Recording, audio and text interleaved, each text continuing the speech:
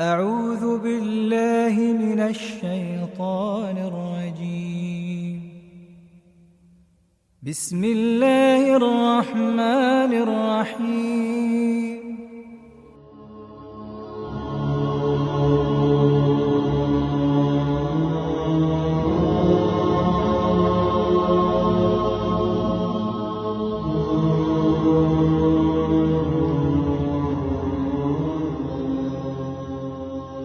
به نام خداوند بخشنده مهربان.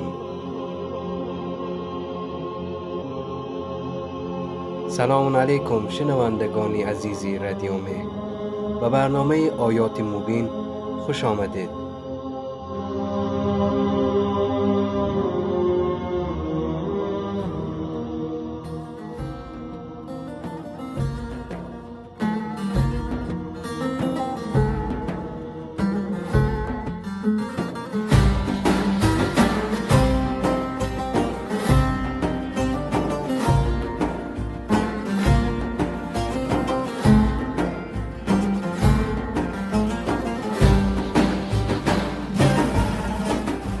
من محمد حکیم، مجری برنامه، به همراه استاد گرامی جنابی محمد سعید در خدمت شما هستیم. سلام علیکم استاد عزیز. اگر سلام علیکی هست میشنویم. علیکم السلام و رحمت الله و برکاته. حمد و ستایش خداوندی را که پروردگار جهانیان است.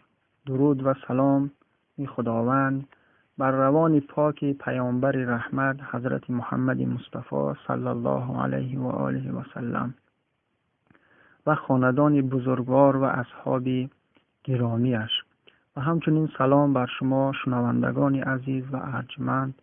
انشاءالله که خداوند شما را در حفظ امان خودش نگه دارد. سلامت باشید استاد. استاد، شنوندگان عزیزمان سوالی برای ما فرستادند. از ما پرسیدند که جایگاه زن و ارزش زن در اسلام و قرآن چگونه است و آیا زن و مرد در دین اسلام با یکدیگر تفاوت دارند یا نه؟ بسم الله الرحمن الرحیم.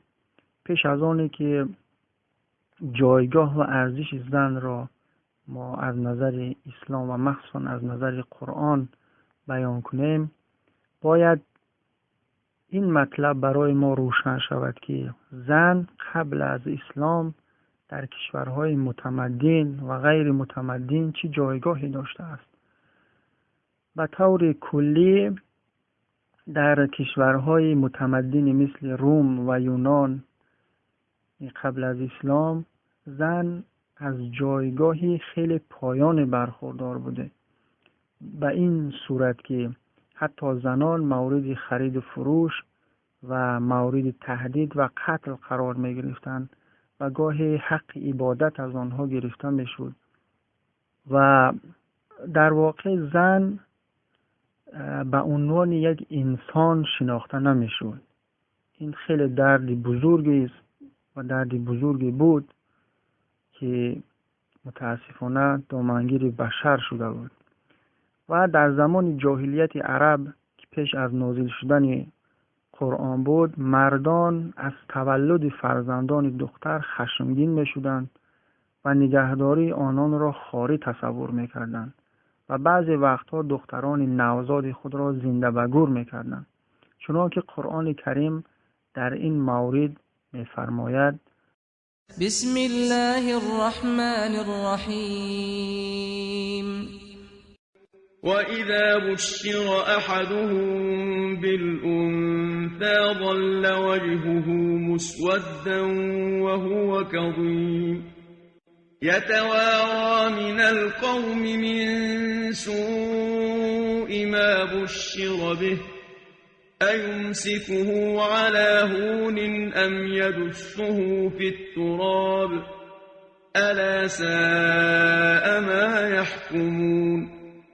خداوند می‌فرماید هنگامی که به یکی از آنها مژده دهند که دختر نصیب تو شده، صورتش از شدت ناراحتی سیاه می شود و به شدت خشمگین می گردد و به خاطر بشارت بدی که به او داده شده از قوم و قبیله خود پنهان می شود و نمی داند آیا دختر را با ننگ نگه دارد یا زنده در خاک پنهانش کند، یعنی یا زنده گورش کند. آگاه باشید که بد حکم می کنند. یعنی این آیه در واقع میگوید اون زمان جاهلیت عرب، وقتی که برای یک پدری که مژده به اون میدادن که تو دختردار شدی خیلی ناراحت میشد و در فکر این میافتاد که آیا این دختر را من نگه دارم و با تمام شرمندگی که خلاص اون ذهنیتی که داشتن با شرمندگی را نگه دارم یا اینکه این را زنده زیر خاک کنم. و خداوندم در آخر آیه میفرماید که چی بد کار میکردن، چی بد عقیده داشتن، چی بد قضاوتی نسبت این دخترها و نسبت زنها داشتن. امروزه هم ما این چیز را مشاهده میکنیم که بعضی پدرانی هستند که اگر خداوند بر آنها دختر نصیب کند ناراحت میشوند و اگر پسر نصیب کند خیلی خوشحال میشوند و این یکی از اون فرهنگ هایی است که در ذهن ما انسان ها از همون زمان جاهلیت مانده است و باید ما خودمان را از این جهت اصلاح کنیم و افکار و عقیده خود را با اسلام تنظیم کنیم. بنابراین پیش از نازل شدن قرآن در کشورهای پیشرفته و در میان عربها که به صورت قبیله‌ای زندگی می‌کردند، زنها هیچ قدر و قیمتی نداشتند و در بدترین وضعیت زندگی می‌کردند. در این شرایط بود که پیامبر اکرم صلی الله علیه و آله و سلم از جانب خداوند برای نجات بشریت از ظلم و ستم فرستاده شد. در این زمان زنها ارزش و مقام خود را پیدا کردند و در حقیقت شخصیت زن زنده شد. قرآن کریم برای زنده کردن شخصیت و مقام زن برنامه‌های خود را در 3 مرحله تنظیم کرده است. قرآن در اول پدرانی را که طفلان معصوم و بیگناه خود را زنده به گور می‌کردند مورد سرزنش قرار داده و آنها را از این کار بسیار زشت و غیر انسانی منع کرده است و به آنها تعلیم داده که فرزند چه دختر باشد و چه پسر به دست خداست. خداوند به هر کس بخواهد دختر می‌دهد و به هر کس بخواهد پسر می‌دهد و دختر و پسر هر دو از نعمت‌های خداوند هستند، چنانکه خداوند می‌فرماید بسم الله الرحمن الرحیم يهب لمن يشاء إناثا ويهب لمن يشاء الذكور أو يزوجهم ذكرانا وإناثا ويجعل من يشاء عقيما إنه عليم قدير. یعنی خداوند به هر کس بخواهد دختر می‌دهد و به هر کس بخواهد پسر می‌دهد، یا اگر بخواهد به آنها هم پسر می‌دهد و هم دختر و به هر کس بخواهد فرزند نمی‌دهد، زیرا که او دانا و تواناست. بنابراین این عقیده جاهلی و عقیده‌ای که از فرهنگ جاهلیت عرب و قبل از اسلام در ذهن بعض انسان‌ها شکل گرفته است باید مورد ارزیابی و اصلاح قرار بگیرد.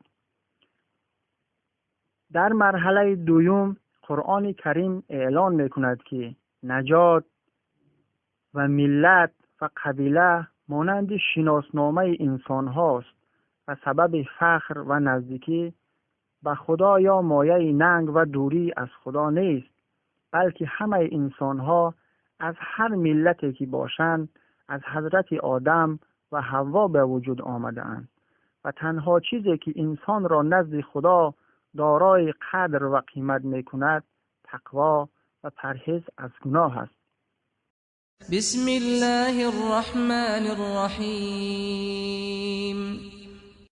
يا أيها الناس إنا خلقناكم من ذكر وأنثى وجعلناكم شعوبا وقبائل لتعارفوا إن أكرمكم عند الله أتقاكم إن الله عليم خبير.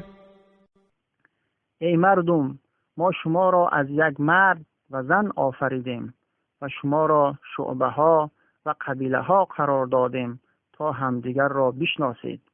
ولی این چیزها مایه برتری و فضیلت شما نیست، بلکه با ارزشترین شما نزد خداوند با تقواترین شماست. در این آیه هم خداوند ملت‌ها و نژادهای گوناگونی را که در عالم وجود دارند، هیچ کدام اینها را سبب برتری انسانها نمی‌داند. چه ملت چه و نژادی که سیاه باشد، چه سفید باشد، چه زرد باشد، هیچ کدام اینها نزد خدا ارزش ندارد و تنها چیزی که نزد خدا ارزش دارد تقوا و پرهیز از گناه است.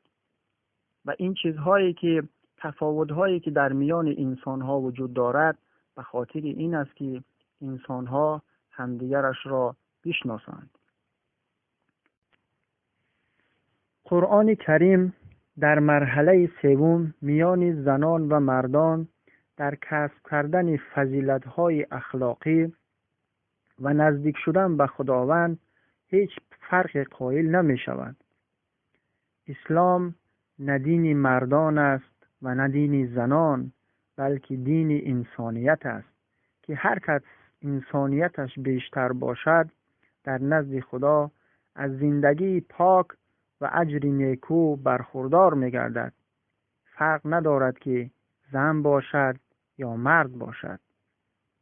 و انسانیت انسان را ایمان و عمل صالح تشکیل می‌دهد که خداوند می‌فرماید بسم الله الرحمن الرحیم. من عمل صالحا من ذكر أو أنثى وهو مؤمن فلنحيينه حياة طيبة ولنجزينهم أجرهم بأحسن ما كانوا يعملون. یعنی هر کس کاری شایسته و عملی صالح انجام دهد، خواه مرد باشد یا زن، در حالی که مؤمن است، حتما او را زندگی پاکیزه میبخشیم و پاداش آنها را مطابق بهترین عملهایی که انجام میدادند میدهیم. این است جایگاهی بلند و جایگاه رفیعی که قرآن کریم و اسلام و پیامبر اعظم برای زن قائل هستند.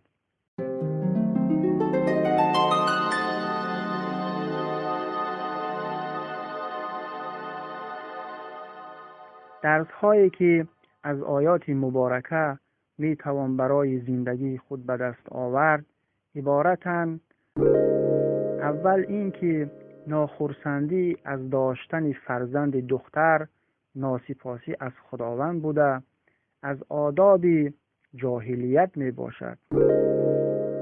دوم این که زن و مرد در کسب کمالها و فضیلتهای انسانی برابرند. ارزش زن را اسلام زنده کرد و باید زنها قدردان این نعمت باشند. و السلام علیکم و رحمت الله و برکاته. ذكر وموعظة ونور فيه شفاء للصدور وشفيعنا يوم النشور آياته تروي المدى وصفاته نبع الهدى نلقى الجنان بحبه لن تستقيم حياتنا إلا به. استاد عزیز، بسیار بسیار سپاسگزارم. از گفته های شما استفاده کردیم. انشاءالله بتوانیم همیشه به گفته های قرآن کریم عمل کنیم و طبق فرمایشات شما که از قرآن گفتید از دختردار شدن یا پسردار شدن ناراحت نشویم و همیشه شکرگزار باشیم. شنوندگان عزیزی رادیو مهر، از شما تشکر میکنم که تا اینجای برنامه با ما همراه بودید. اگر سوالی یا نکته‌ای داشتید برای ما بفرستید. حتما با استاد در میان میگذاریم و جوابش را برای شما ارسال میکنیم. تا برنامه بعد، خدا نگهدار.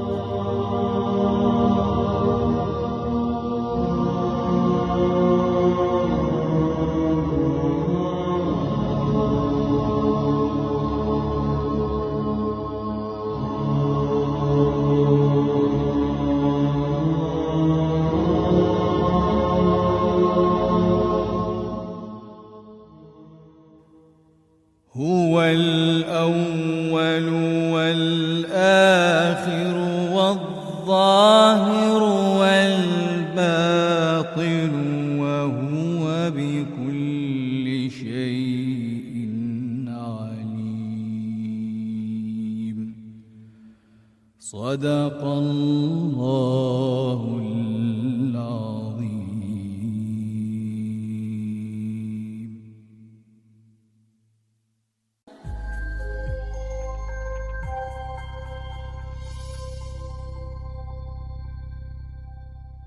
برای دریافت پادکست های بیشتر و برنامه های متنوعی رادیو مهر، ارمغان امید و آینده می توانید با واتساپ ما با شماره +90 531 623 0676 پیام دهید و با ما در ارتباط باشید. اینچنین در کانال یوتیوب و فیسبوک رادیو مهر آبونه شده و ما را همراهی کنید. www.radiomehr.org